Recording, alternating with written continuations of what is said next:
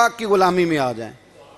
وہ کہتے تھے دنیا، اعلیٰ حضرت نے کتاب لکھی ہے الامن والعلا، اس میں آپ فرماتے ہیں جو حضور کی پناہ میں آ جاتا ہے نا وہ بچ جاتا ہے۔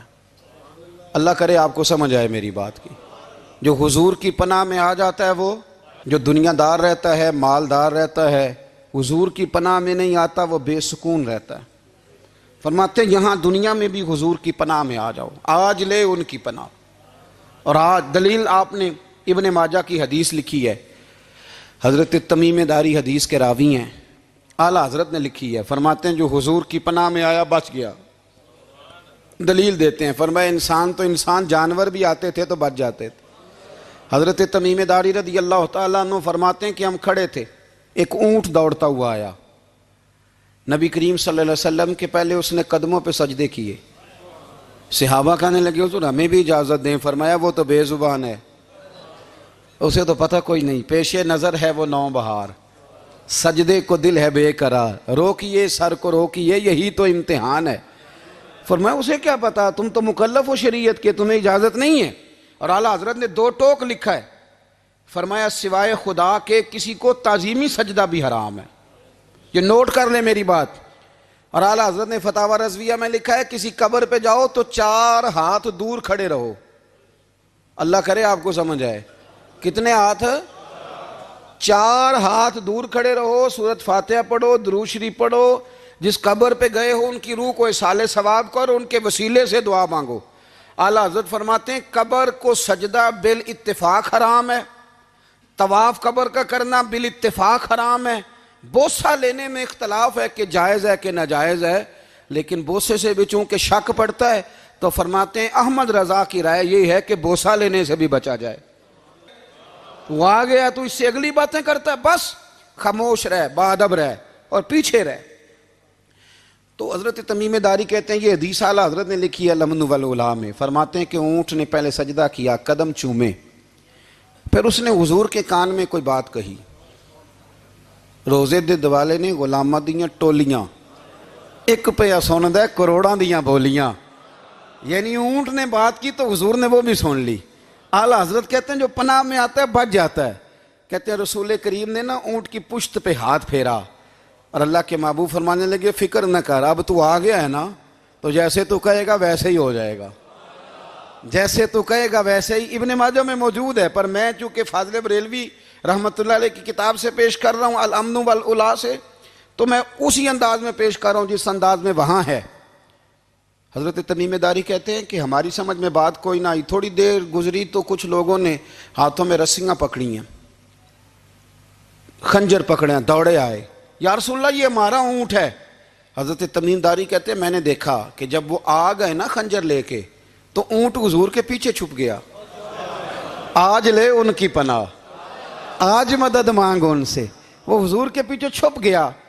تو کہتے ہیں کہ نبی کریم صلی اللہ تعالیٰ علیہ وسلم نے فرمایا کیا مسئلہ ہے بھائی؟ یا رسول اللہ ہمارا اونٹ ہے، ذبح کرنے لگے تھے دوڑ آیا ہے۔ تو حضور فرمانے لگے وہ تو تمہاری شکایت کر رہا ہے۔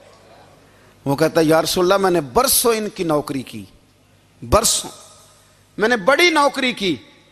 صحیح کہتا ہے یا رسول اللہ؟ ٹھیک کہتا ہے حضور، اب بوڑھا ہو گیا ہوں، تھوڑا زیادہ بوجھ نہیں اٹھا سکتا تو مجھے ذبح کر کے کھانا چاہتے ہیں، میں مرنا نہیں چاہتا۔ نبی کریم فرمانے لگے اچھے لوگ یہ صلہ دیتے ہیں؟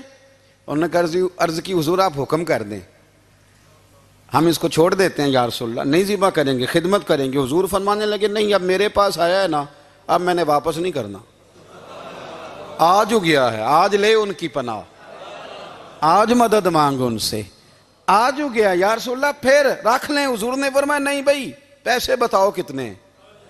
یا رسول اللہ نہیں کچھ نہیں۔ نبی کریم علیہ السلام نے فرمایا نہیں بتاؤ کتنے، بتاؤ کتنے؟ انہوں نے کہا حضور ایک دفعہ ریٹ لگایا تھا تو 100 دینار لگا تھا، حضور نے فرمایا بلال دے دو 100 دینار، 100 دینار دے دیا۔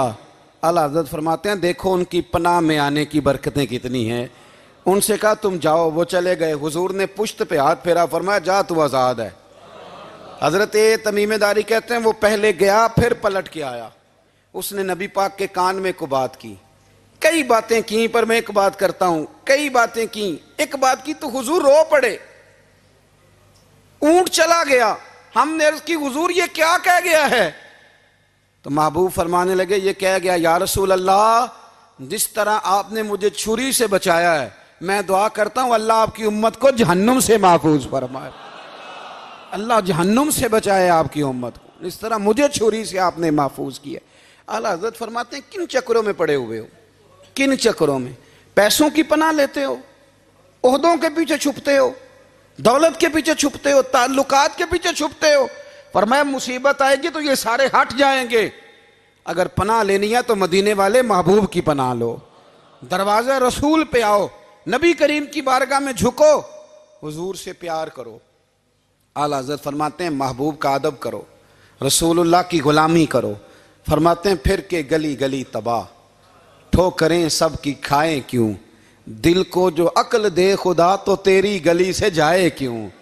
اور فرمانے لگے جان ہے عشق مصطفیٰ، روز فزوں کرے خدا، جس کو ہو درد کا مزہ وہ ناز دوا اٹھائے کیوں، جس کو ہو درد کا مزہ وہ ناز دوا اٹھائے کیوں۔ انہوں نے محبوب کریم کی محبت کا پیغام دیا، صحابہ کی محبت کا، بولیے، صحابہ کی محبت کا پوری کتاب لکھی حضرت صدیق اکبر جناب عمر کے فضائل پر۔ اور مزے کی بات یہ ہے کہ اعلیٰ حضرت نے نا اردو شاعروں میں سے کسی کو توفیق نہیں ہوئی حضور کو شہنشاہ کہنے کی، اعلیٰ حضرت نے کہا میرے نبی شہنشاہ ہیں۔ دلیل کیا دی؟ فرمانے لگے پڑھو ترمذی، حضور نے فرمایا میرے 2 وزیر زمینوں میں ہیں 2 آسمانوں میں، زمین کے 2 وزیروں کے نام ابو بکر اور عمر ہیں، آسمان کے 2 وزیر ہیں جبریل اور میکائیل۔ تو اعلیٰ حضرت کہنے لگے حضور وزیر تو کسی شہنشاہ کے ہی ہوتے ہیں، پھر کہہ لو نا شہنشاہ۔ تو پھر فرمانے لگے حاجیو آؤ شہنشاہ کا روضہ دیکھو، حاجیو آؤ شہنشاہ کا روضہ دیکھو، کعبہ تو دیکھ چکے اب کعبے کا بھی کعبہ دیکھو، کعبہ تو دیکھ چکے اب کعبے کا بھی، غور سے سن تو رضا کعبے سے بھی آتی ہے صدا، میری آنکھوں سے میرے پیارے کا روضہ دیکھو۔ اعلیٰ حضرت نے ساری زندگی اور صحابہ کرام کی بات کی، اہل بیت کی بات کی، اولیاء کی بات کی، صوفیاء کی بات کی، دفاع کیا سب کا، سب کے شانوں میں لکھا، امت کو بتلایا کہ اپنے بزرگوں سے جڑے رہو گے تو بچے رہو گے۔ اعلیٰ حضرت نے طنز کرنے سے، تنقید کرنے سے، بلا وجہ غلطیاں نکالنے سے اور ایک دوسرے پر لان تان کرنے سے ہمیں بچنے کو کہا۔ اعلیٰ حضرت فرماتے ہیں کوئی علم اگر آ جائے نا تو اس کا معنی یہ نہیں کہ سب کو جاہل سمجھ لینا چاہیے۔ سمجھ آ رہی ہے میری بات کی؟ ہم جس شعبے میں بھی ہوتے ہیں نا سامنے والے کو ان پڑھ ہی سمجھتے ہیں۔ مولویوں کے بارے میں بعض لوگوں کا خیال ہے کہ یہ پتہ نہیں کون سی مخلوق ہے، ان کو کیا پتہ دنیا داری کا۔ میں صحیح کہہ رہا ہوں۔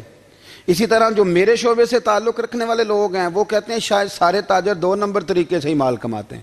یہ ہو نہیں سکتا، ایسا ہو نہیں سکتا۔ ہمیں نا دوسروں کی اہمیت کی خبر رکھنی چاہیے، ہم ایک دوسرے سے پیار، ہم طنز کرتے ہیں، تنقید کرتے ہیں۔ فاضل بریلوی منع کرتے تھے، آپ فرماتے یہ طریقہ درست، ہم جب غلطیاں نکالنے پہ جاتے ہیں تو معاذ اللہ اتنا اوپر بن جاتے ہیں کہ معاذ اللہ ثم معاذ اللہ اللہ رسول تک پہنچ جاتے ہیں۔ اعلیٰ حضرت کے زمانے میں ایک شخص نے کہہ دیا نبی پاک کا خیال آئے تو نماز ٹوٹ جاتی ہے۔ عقل ہے نا جی، جہاں مرضی لے جاؤ۔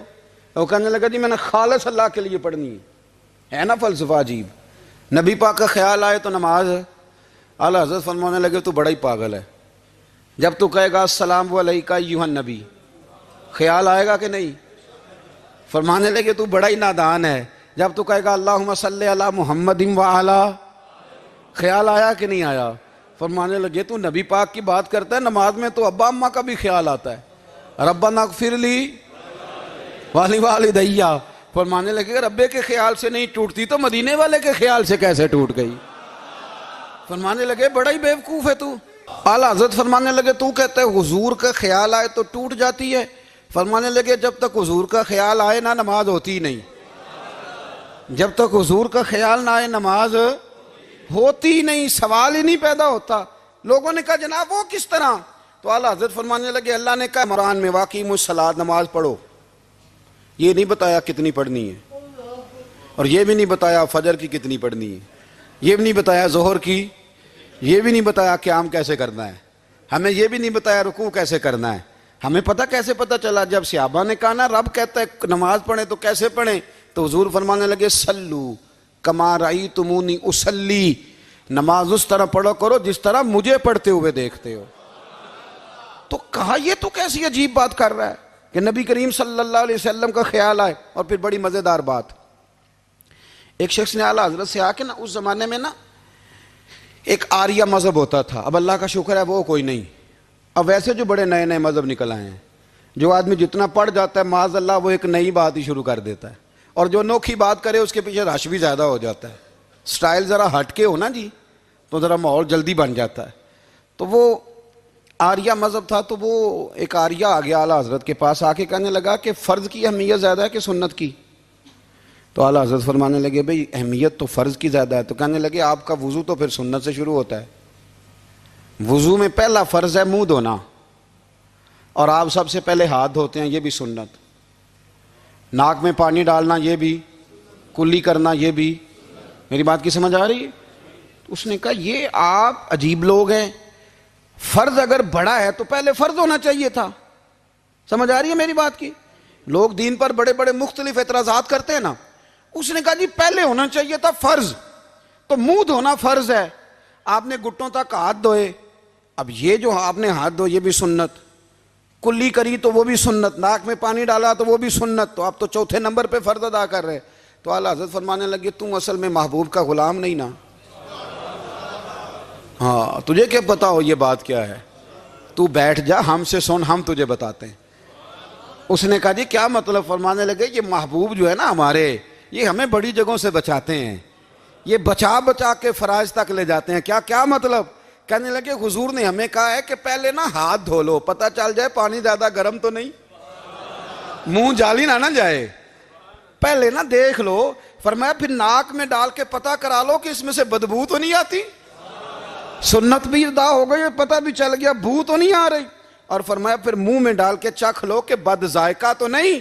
اب یہ 3 سنتیں ادا کر کے تم فرض ادا کرو گے تو اللہ بھی راضی ہوگا، اللہ کے رسول بھی راضی ہوں گے۔